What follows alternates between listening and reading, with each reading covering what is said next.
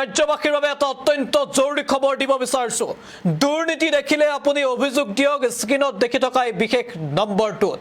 ইতিমধ্যে ৰাজ্যৰ নতুনকৈ কেবিনেট মন্ত্ৰীৰ দায়িত্ব লাভ কৰা অশোক সিংঘলে এইবাৰ ৰাজ্যবাসীৰ বাবে মুকলি কৰিছে এটা হেল্পলাইন নম্বৰ। আৰু আপুনি যেটো নম্বৰ এই মুহূৰ্তত দেখি আছে আৰু আপুনি এটা দুৰ্নীতি দেখিলে এই নম্বৰত আপুনি অভিযোগ দিব পাৰিব। দুৰ্নীতি দেখিলে এই নম্বৰত আপুনি অভিযোগ দিয়ক আৰু ইতিমধ্যে ৰাজহুৱাকৈ সংবাদ মেল পাতি মন্ত্ৰীয়ে মুকলি কৰিছে এটা বিশেষ হেল্পলাইন নম্বৰ। আৰু দুৰ্নীতি দেখিলে এই নম্বৰত অভিযোগ দিব পাৰিব ৰাজ্যবাসীয়ে। ৰাজ্যবাসীৰ বাবে এই মুহূৰ্তৰ সবাতোকৈ ডাঙৰ খবৰ দৰ্শকসকলৰ বাবে লৈ আহিছো। দুৰ্নীতি দেখিলে অভিযোগ দিয়ক 9435048924 এই নম্বৰত। অশোক সিংঘলে নিজেই দিলে এটা হোৱাটছএপ নম্বৰ। অপৰাধী বা দুৰ্নীতিগ্ৰস্তৰ বিৰুদ্ধে হ'ব কঠোৰ ব্যৱস্থা।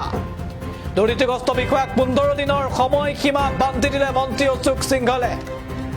ধুবুৰীৰ প্ৰতিটো বিভাগৰ সমীক্ষা কৰিলে মন্ত্ৰীগৰাকীয়ে, নিজে উপস্থিত থাকি প্ৰতিটো বিভাগৰ সমীক্ষা কৰে মন্ত্ৰীগৰাকীয়ে।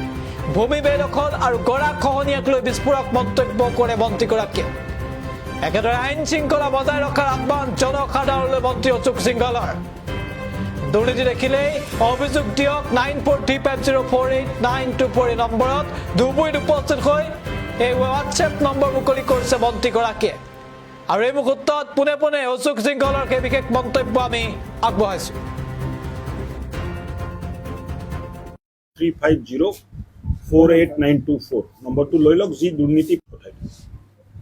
নম্বৰটো লৈ লওক আপোনালোকে 9435048924 নম্বৰটো লৈ লওক, যি দুৰ্নীতি পায় আপোনালোকে মোৰ তাত পঠাই দিব।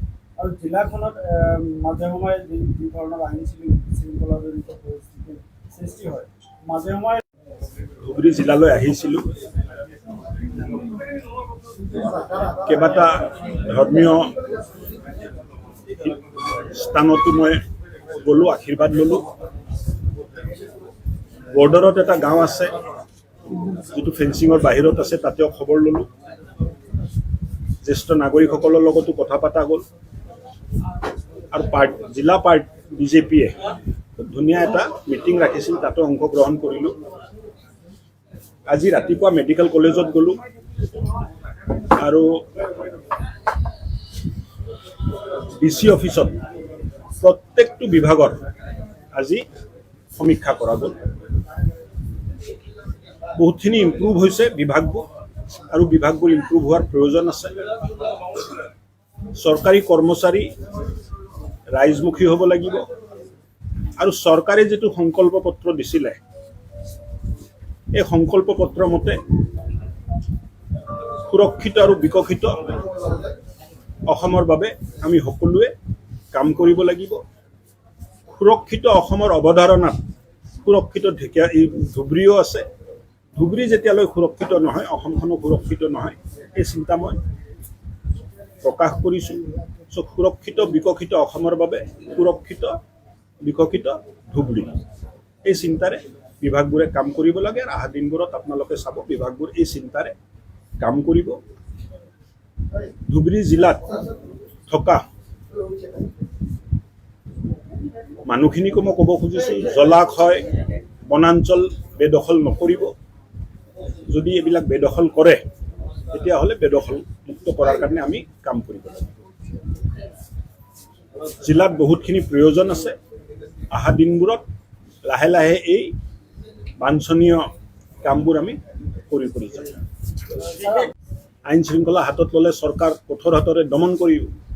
এই হিমন্ত বিশ্ব শৰ্মাৰ চৰকাৰ হয়, আগে পিছে চাই থৈছে মানুহে। মই ভাবোঁ ভৱিষ্যত আইন শৃংখলা হাতত লোৱাৰ কোনো কাম কোনো মানুহে যেন নকৰে, এইটো আশা কৰিম মই। ধুবুৰী জিলাত আপুনি এটা ষ্টেটমেণ্টত 15 দিনৰ এটা সময়সীমা বান্ধি দিছিলে, আচলতে কি উদ্দেশ্য আছে? আৰু উদ্দেশ্যবিলাক এতিয়া মই যদি আপোনাকে কৈ দিওঁ, বিষয় মানে ৰাইজক কি ক'ম? 15 দিন যাব দিয়ক, তাৰপিছত মই কৈ দিম কি উদ্দেশ্য আছিলে। কিন্তু কামবোৰ হ'ব লাগিব। এই ঢিলা ঢালা হৈ আছে, এক্সকিউজ দি থাকিলে নহ'ব। ৰাইজে লাখ লাখ ভোট দি আমাক জিকাইছে কাম কৰাৰ কাৰণে। আমিও বিনম্ৰতাৰে কাম কৰিব লাগিব, কথা কম ক'ব লাগিব, কাম বেছি কৰিব লাগিব। 100%, 100%। 15 দিনৰ সময় দিছোঁ। 15 দিনৰ ভিতৰত যদি চিজিল নকৰে তেতিয়া বিপদ আছে। চিকিৎসা বিষয়া, চিকিৎসা কৰ্মচাৰীসকলেও সেৱাভাৱেৰে কাম কৰিব লাগে আৰু সমাজো তেখেতসকলে দিয়া সেৱাটোক সহজভাৱে গ্ৰহণ কৰিব লাগে। আৰু লাহে লাহে সেৱাটো আমি উন্নত কৰিম, আৰু উন্নত কৰিম, আৰু নতুন টেকন'লজি আনিম, সময়মতে কৰাৰ চেষ্টা কৰিম। লাহে লাহে পৰিৱেশবাদ বদলি কৰি লৈ যাব লাগিব। প্ৰেছ কনফাৰেন্সত মই কথা কৈ দিলে কামটো হৈ নাযায়। আপুনি প্ৰশ্ন কৰিলে মই উত্তৰ দিলোঁ, তাত সমস্যাৰ সমাধান নাই। সমস্যাৰ সমাধান ষ্টেক হোল্ডাৰৰ লগত বহি কথা পাতি তেওঁলোকৰ চিন্তাৰ যিটো প্ৰক্ৰিয়া তাত পৰিৱৰ্তন আনিব লাগিব। আজিও ৰাতিপুৱা মই ক'লোঁ মেডিকেল কলেজত যে এটা খুব পবিত্ৰ কাম আপোনালোকে কৰি আছে, যে মানুহৰ আৰোগ্য ৰখাৰ চেষ্টা কৰি আছে। ইয়াত অলপ সেৱাভাৱ যদি লৈ আহে আপুনি চাব যে কোৱালিটি অফ ছাৰ্ভিচ ভাল হৈ গ'ল। মানুহৰ তাত আপোনালোকৰ সন্মান বৃদ্ধি পালে আৰু চৰকাৰকো মানুহে ভাল পোৱা হ'ব। কিন্তু এই প্ৰক্ৰিয়াটোতো মই কথা কৈ দিলে নহ'ব, কৈ থাকিব লাগিব, মানুহে বুজিব লাগিব, লাহে লাহে পৰিৱৰ্তন হ'ব, একেদিনাও নহয়। চ' উই উইল ট্ৰাই আৱাৰ বেষ্ট। চলিটো আছে বাবু প্ৰক্ৰিয়া। যোৱাবাৰতো 1.5 লাখ বিঘা হৈছিলে, এবাৰ মুখ্যমন্ত্ৰীয়ে 5 লাখ বিঘাৰ মানে সপোন চাই আছে। ধুবুৰীৰো অংশ এটাতো থাকিব লাগিব। ধুবুৰী অসমত হয়নে নহয়? এই 5 লাখ বিঘাটো 50,000 ধুবুৰীও দিব লাগিব। এতিয়া শিৱসাগৰতো ইনক্ৰচমেণ্ট নাই, যোৰহাটতো ইনক্ৰচমেণ্ট নাই, ধেমাজিততো ইনক্ৰচমেণ্ট নাই। ইনক্ৰচমেণ্ট যে আছে তোত এইবিলাক মানে গোৱালপাৰা, বৰপেটা, ধুবুৰী এইবিলাক এৰিয়াতে আছে। দিয়ক, আজিৰ কাৰণে ইমানটোতে ৰাখক। আপোনালোক সকলো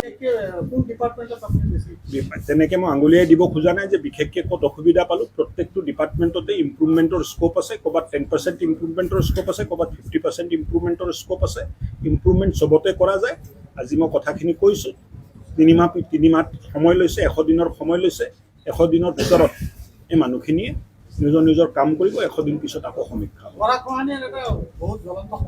আছে। জ্বলন্ত সমস্যাটো ইমান ডাঙৰ ডাঙৰ নদী আছে, গৰাখহনীয়া হৈ থাকিব। মানুহবিলাকে মানে নদীৰ কাষৰ মাটি যদি বেদখল কৰে, গৰাখহনীয়া হোৱাটো স্বাভাৱিক। মানুহে বুজিব লাগিব যে গৰাখহনীয়া কিয় হৈছে।